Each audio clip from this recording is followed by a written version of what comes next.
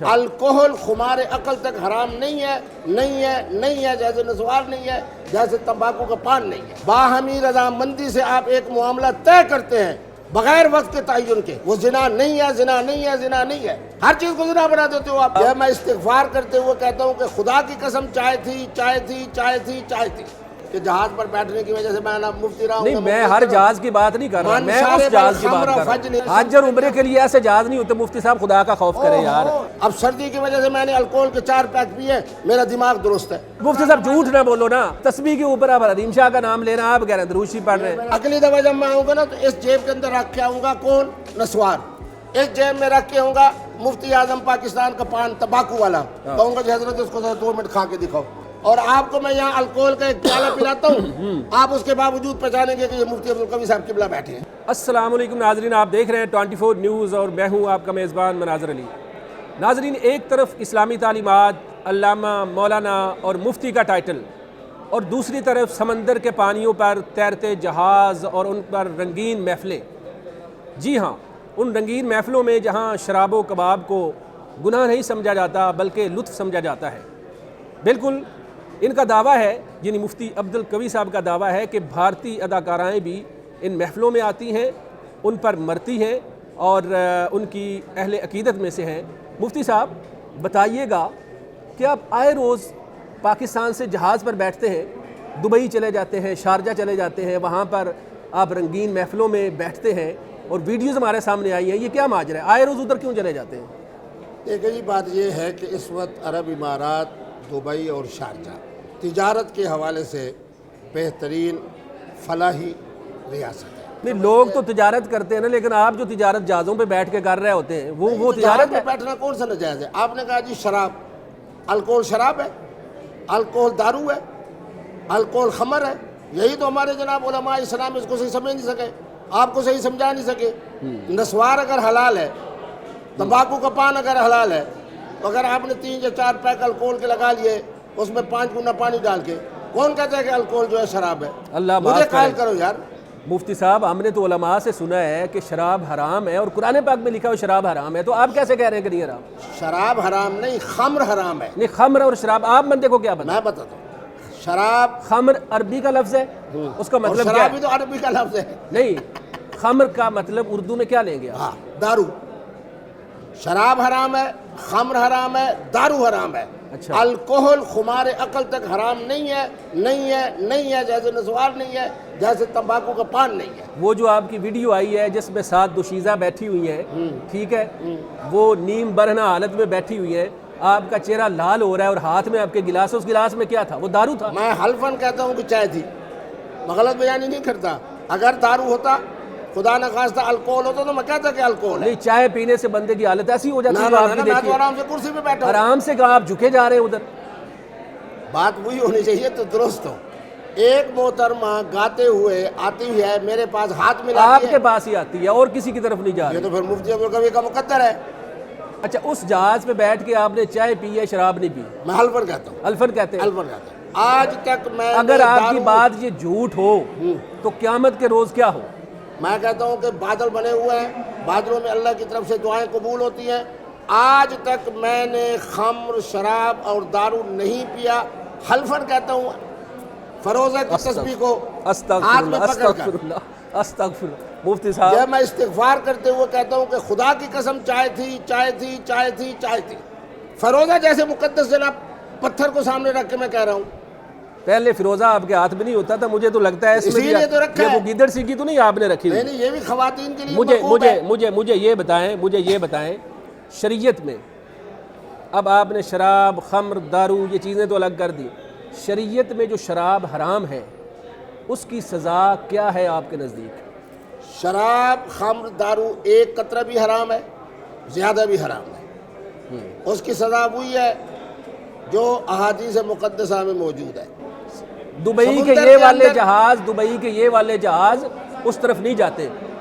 میں حلفاً کہہ رہا ہوں کہ جناب اس جہاز کے اندر جب میں موجود ہوں، چائے میں نے پی ہے، محترمہ آئی ہے، تو سب پہلے ہی پریشان ہوئی، اسی وجہ سے آپ کو بلایا۔ پریشانی میں اپنے ساری لیے دنیا پریشان ہے کہ دیکھیں ایک پوری دنیا نہ کہے، پوری دنیا میرے ساتھ کھڑی ہے۔ نہ کرے، معاف کریں، خدا ایسا نہ کی کریں۔ قسم ہے، یہ دیکھیں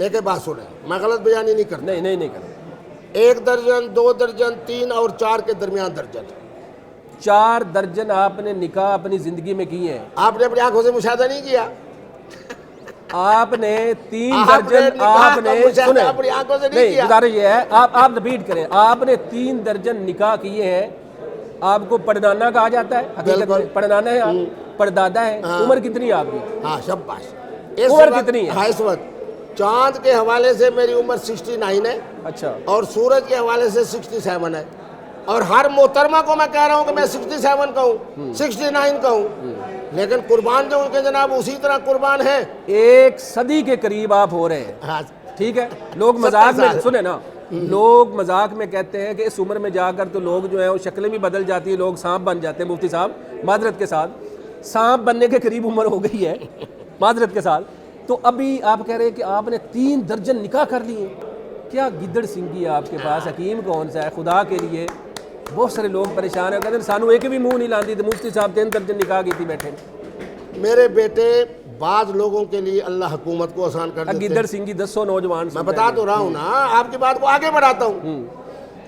اللہ تبارک و تعالی نے قبلہ مفتی عبدالقوی صاحب کو اس مسکراہٹ کی برکت سے خواتین کے لیے اور نوجوانوں کے لیے فطرت کو آسان کرنے کی وجہ سے پوری دنیا مفتی نظر آتا ہے. مفتی صاحب بیوی اور کوئی بندہ نہیں نظر آ رہا. کی کرتے ہو یار؟ نہیں. آپ کیا سمجھتے ہیں کہ عالم عرب کے اندر ایسے علماء مشائخ نہیں ہیں جن کے مجھ سے بھی زیادہ نکاح ہیں؟ معاملہ کلوز ہو گیا. مرحومہ قندیل بلوچ کا بھی الزام آپ کے اوپر لگا. اس کے بعد حریم شاہ کے ساتھ بھی آپ کے چرچے. اب مجھے یہ بتائیں کہ آگے کون سا سکینڈل آپ کا آنے والا ہے؟ میرے بیٹے میرا سکینڈل نہیں ہوتا. محترمہ قندیل بلوچ خود پٹری سے حریم کو بیٹی کہہ دیا آپ نے؟ میں ایک بات بتا نہیں بیٹی کہہ دیا. ترتیب سے چلتے ہیں نا، ترتیب سے. قندیل بلوچ سنیں اچھا بس 10 سیکنڈ میں. قندیل بلوچ بیچاری نے میرے اوپر کوئی الزام نہیں لگایا، لیکن کیا ہوا اس کے ساتھ؟ کوئی الزام سے اللہ پہلے معاف کرے. دنیا سے چلی گئی نا. اچھا حریم شاہ سنیں، ہاں. حریم شاہ نے میرے ساتھ جو کچھ تماشا کیا، خدا کی قسم مجھے حریم شاہ نے کہا کہ وہ تو ایک دفعہ مری ہے، میں روزانہ مر رہی ہوں. مفتی صاحب آپ کے پاس کون سا نسخہ ہے؟ کون سی قرآنی آیت ہے؟ کون سا وظیفہ ہے؟ میں نے کہا مفتی عبدالقوی کی بات بیٹی کہہ دیا اس کو. جو مظلوم حریم کو بیٹی کہہ دی ہے. ان حالات میں یہ پڑنانا یہ پردادا حریم کا باپ ہے. حریم شاہ کو میں نے سید زادی اور حافظ قرآن ہونے کی وجہ سے، لیکن اب جو ذلت کے گڑھے میں وہ جا کے لیکن یہ پڑی ساری ہوئی ہے. حافظ آپ کو عورتوں میں نظر آتی ہیں، بندوں میں کم ہی نظر آتا ہے. یہ کیا چکر ہے؟ آپ مجھے کہہ دیں میں حافظ قرآن ہوں، خدا کی قسم ابھی آپ کا ماتھا چوموں گا. آپ مجھے کہیں میں سید بادشاہ ہوں، ابھی آپ کا ہاتھ چوموں گا. یہ کیا مانا؟ یہ تو مفتی عبدالقوی کی ذوق کی بات ہے. چمو ہونے میں کہہ دو ملکہ، ہونے میں کہہ دو سید. جب تسی کہہ میں کہہ دیا گا تو چمو. اچھا حریم کو بیٹی کہہ دیا آپ نے؟ میں بیٹی بالکل آپ ان حالات میں نہیں کہہ سکتا کہ پوری پٹھان قوم اس پہ ناراض ہے. میں پٹھان قوم کے ساتھ کھڑا ہوا ہوں، حریم کے ساتھ نہیں کھڑا ہوا. اب تک میں نے اس کے لیے بڑی آسانی پیدا کی ہے. آپ پتہ ہے آپ کو ذلت کے کس مقام پہ ہے؟ لوگ یہ کہہ رہے ہیں انٹرویو ہمارا لمبا ہو جائے گا. لوگ یہ کہہ رہے ہیں، لوگوں کی ڈیمانڈ ہے، انٹرویو سے پہلے لوگوں کی ڈیمانڈ تھی کہ مفتی صاحب کو کہیں کہ اہدنا الصراط المستقیم، آمین، سیدھے راستے کی طرف آ جائیں. آمین. یہ ساری چیزیں چھوڑ دیں.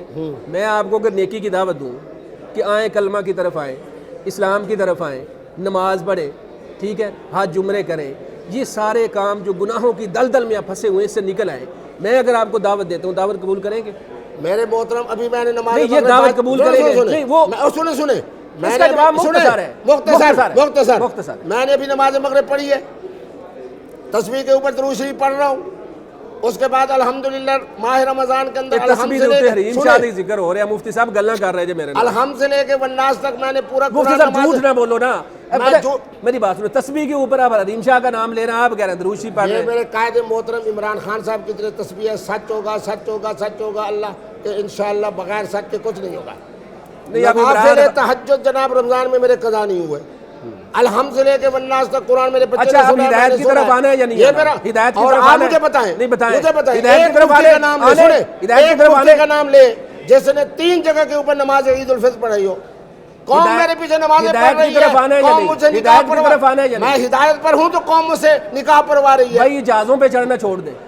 میں جہازوں پہ چڑھوں گا گلاسوں میں چڑھوں گا شراب پینا چڑھوں چھوڑ گا دیں. 1900 آپ نے علماء کو بدنام کر کے رکھ دیا. مفتی صاحب شرم کریں یار. 1982 سے لے سارے کے علماء آپ سے ناراض ہیں. 1982 سارے علماء آپ سے ناراض سارے ہیں. علماء میرے اوپر راضی ہیں. نا سارے ناراض ہیں. پر وہ کہتے ہیں مفتی صاحب نے بدنام کر یہ آپ میں باتیں کر استاد رہے ہیں. حدیث میں نے ہوں. سنے علماء آپ کو برا بلا کہتے ہیں. وہ مثلاً کسی کا وہ نام کہتے لیں. ہیں مفتی صاحب آپ کے پاس آتے ہیں ان کو کہ ہدایت پہ ہیں. کیوں نہیں آپ آتے؟ کیا کون ذرا ایک کا نام لے نام سیگا راز میں رکھوں گا. آپ اس کے پیچھے پڑ میں جائیں نام بتا دیتا گے. ہوں قندیل بھی مر گئی وہ بیچارہ مر جائے گا. پھر پورے پاکستان کے اندر ہر شیخ الحدیث کی بلا مفتی صاحب سے پیار کرتا ہے. انتہائی مفتی خوبصورت صاحب والا ادھر نوجوان دیکھو. میرے ساتھ یہ اس ویڈیو کے نیچے آپ نے کمنٹ پڑھنے ہیں. پیار کرتے ہیں گالیاں نکالتے ہیں. چھوڑو آپ نہیں لوگ ہیں وہ لوگ ہیں وہ عوام ہے. وہ آپ کو گالیاں نکالتی ہے. آپ کہتے ہیں پیار کرتے ہیں. میں جس طریقے آپ نے اپنی دلیلیں رکھی ہوئی ہیں. میں آپ نے اپنی دلیلیں رکھی. مفتی صاحب لوگ آپ کو گالیاں نکالتے ہیں. ان کا جواب دیں. سنیں آپ کے نزدیک مفتی تقی عثمانی بڑی اعلیٰ شخصیت ہے. مفتی منیب الرحمان بڑی اعلیٰ شخصیت ہے. ان کو کہہ دیں آپ کے ٹی وی کے ان کی ویڈیو کے نیچے بھی کمنٹ پڑھ رہے ہیں. اپنے بھی پڑھ لیں. ہاں ان کے بھی پڑھ لو. ہاں مولانا طارق جمیل بیچارے کو جتنی گالیاں پڑھ رہی ہیں نا اس کا 20 سے بھی مفتی اب ان کے جو مریدین ہیں ان کے ماننے والے وہ بھی آپ کو گالیاں نکالیں گے. آپ ان کو برا بھلا کہہ رہے ہیں. مولانا طارق جمیل ایک مقدس یہ بات میری بات سنیں. میری بات سنیں. میری بات سنیں. فضل الرحمان میری بات سنیں. مفتی صاحب ہدایت کی طرف آنے. کبھی کو آج تک ہدایت کی طرف آنے. ہدایت کی طرف کسے کہا ہے؟ ہدایت کی طرف آنے. آمین آنے. چلیں جی ناظرین مفتی صاحب نے ہدایت کی طرف آنے کے دعا کے اوپر آمین کہہ دیا ہے. آپ بھی کچھ کہنا چاہیں مفتی صاحب کو نیچے کہہ دیں. وہ کہہ رہے ہیں کہ لوگ آپ سے پیار کرتے ہیں. اگر آپ پیار کرتے ہیں تو نیچے پیار کا اظہار کریں. جو بھی کہتے ہیں آپ نے کہنے. ہم نے تو آپ کے سوال ان کے سامنے رکھے. ان کے جوابات انہوں نے دیے. اس پروگرام میں ہمیں اجازت دیں. انشاءاللہ اس طرح کی نئی کوئی ویڈیو لے کر آپ کی خدمت میں حاضر ہوں گے. اللہ حافظ.